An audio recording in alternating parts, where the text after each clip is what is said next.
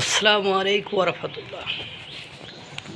ভারতের সাথে বাংলাদেশের বর্তমান সরকারের সম্পর্ক যে ভালো নয় সেটি আবারও প্রমাণিত হলো। কেননা বিগত 3 দিনের ঘটনা সেটারই কিছু প্রমাণ বা নজির বহন করেছে এবং বাংলাদেশে বসে ভারতের প্রধানমন্ত্রীকে অশ্রাব্য অকথ্য ভাষায় গালিগালাজ করার পরেও বাংলাদেশের সরকারের পক্ষ থেকে সেটা থামানোর বা তার এগেনস্টে ব্যবস্থা নেওয়ার কোনো নজির দেখা যায়নি। এজন্য ভারত সরকার হয়তোবা বাংলাদেশের মাননীয় প্রধানমন্ত্রী তারেক রহমানের উপর ক্ষিপ্ত, রাগান্বিত। দীনেশ ত্রিবেদীর সাথে সার্জিও গোরের বৈঠক হয়েছে। দীনেশ ত্রিবেদী এখন দিল্লিতে অবস্থান করেছেন। আপনারা জানেন ব্রিক্সের সম্মেলনের জন্য বাংলাদেশের মাননীয় প্রধানমন্ত্রী তারেক রহমানকে বিশ্বের সবচেয়ে বড় গণতান্ত্রিক রাষ্ট্রের প্রধানমন্ত্রী নরেন্দ্র মোদী দাওয়াতপত্র বা নিমন্ত্রণ পত্র পাঠিয়েছে। সেখানে ব্রিক্সের চেয়ার বলে সম্বোধন করেছে, কিন্তু ব্রিক্স না বিমস্টেক আর ওটার চেয়ারম্যান বলে সম্বোধন করেছে, কিন্তু তাকে দেশের প্রধানমন্ত্রী বলে সম্বোধন করে নাই। আপনারা জানেন রণধীর জয়সওয়াল সাপ্তাহিক প্রেস ব্রিফিং করেন। সেই প্রেস ব্রিফিং এর সময় এক সাংবাদিক এই প্রশ্ন করে বসে আছেন।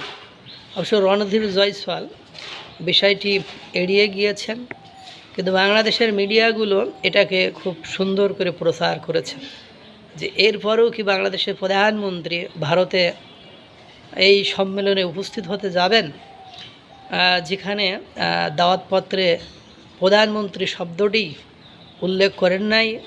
তার মানে অনেকে আপনারা জানেন ভাবে যে বাংলাদেশের প্রধানমন্ত্রীকে ভারত প্রধানমন্ত্রী হিসাবে মেনেই নেননি, এরকমও অনেক কথা বলেন।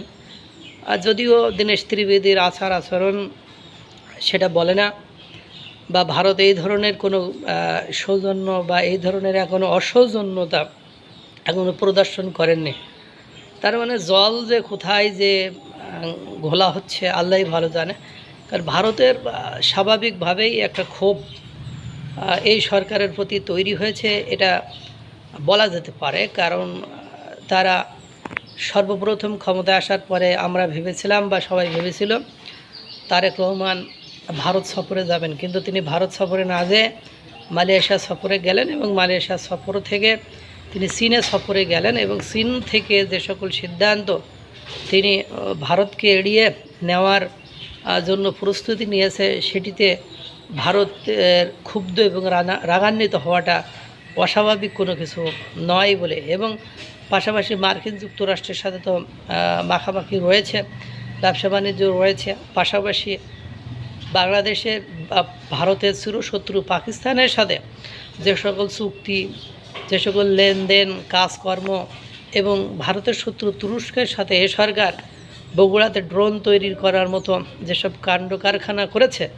তাতে করে ভারত বাংলাদেশকে প্রধানমন্ত্রী সম্বোধন না করায় উপলব্ধি করা যাচ্ছে পাকিস্তানের মতো শত্রু তালিকায় ফেলে দিছে। আমার মনে হচ্ছে এরকমই। বাকিটা আল্লাহ ভরসা। আল্লাহ তাআলা সকলকে ভালো রাখুক, সুস্থ রাখুক। আসসালামু আলাইকুম ওয়া রাহমাতুল্লাহ।